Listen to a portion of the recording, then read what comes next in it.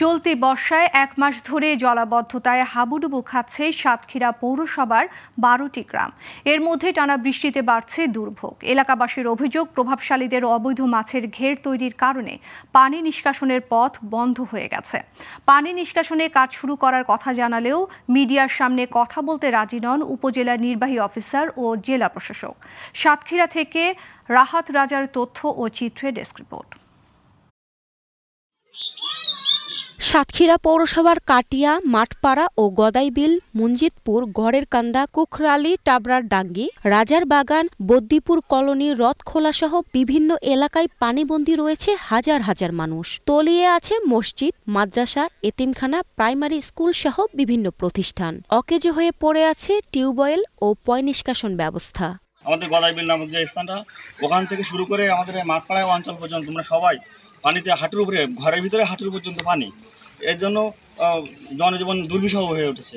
বাথরুমে যাইতে পারছি না, বাথরুম সব ডুবে গেছে, রান্না করতে পারছি না, আর ঘরের মধ্যে সাপ উঠতেছে। জানমালের ক্ষতি হচ্ছে, আমরা ঠিক মতো থাকতেও পারি না। এমনকি এই পানিতে বর্জ্য কেমিক্যাল, মূত্র, মল ত্যাগ করে আমাদের পানি দূষিত হয়ে যাচ্ছে। এই কারণে আমাদের রোগবালাই বৃদ্ধি পাচ্ছে। প্রভাবশালীরা পানি নিষ্কাশনের পথ বন্ধ করে অবৈধভাবে ঘের করার কারণে হাজারো পরিবার জলাবদ্ধ হয়ে পড়েছে। বছরের পর বছর ধরে জলাবদ্ধতার শিকার এলাকাবাসী। এখন একটা ছোট বাচ্চা ক্লাস 1-2-তে পড়ে, সে মাদ্রাসায় 15 দিন 20 দিন আসতে পারতেছে না।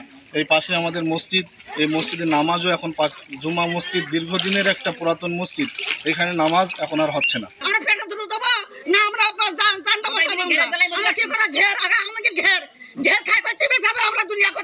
আমাদের ঘরে থাকাবার কোনো লাইন নেই, আমরা এখন রাস্তায় বেড়াচ্ছি। আমাদের ছোট ছোট শিশু বাচ্চা নেই, আমরা কি করব? সাতক্ষীরা পৌরসভার জলাবদ্ধতা নিরসনের উদ্যোগ নেওয়া হয়েছে বলে জানান সদর উপজেলার নির্বাহী অফিসার সৈয়ব আহমেদ, কিন্তু তিনি ক্যামেরার সামনে কথা বলতে রাজি নন। পরে জেলা প্রশাসক মোহাম্মদ হুমায়ুন কবিরের সাথে 2 দিন যোগাযোগ করলেও ক্যামেরার সামনে কথা বলার সময় হয়নি তার। প্রায় 1 যুগ ধরে প্রতি বর্ষায় জলাবদ্ধতার শিকার সাতক্ষীরার পৌর এলাকার মানুষ। এবার পানি নিষ্কাশনের স্থায়ী সমাধান চান পৌরবাসী। Global television news desk.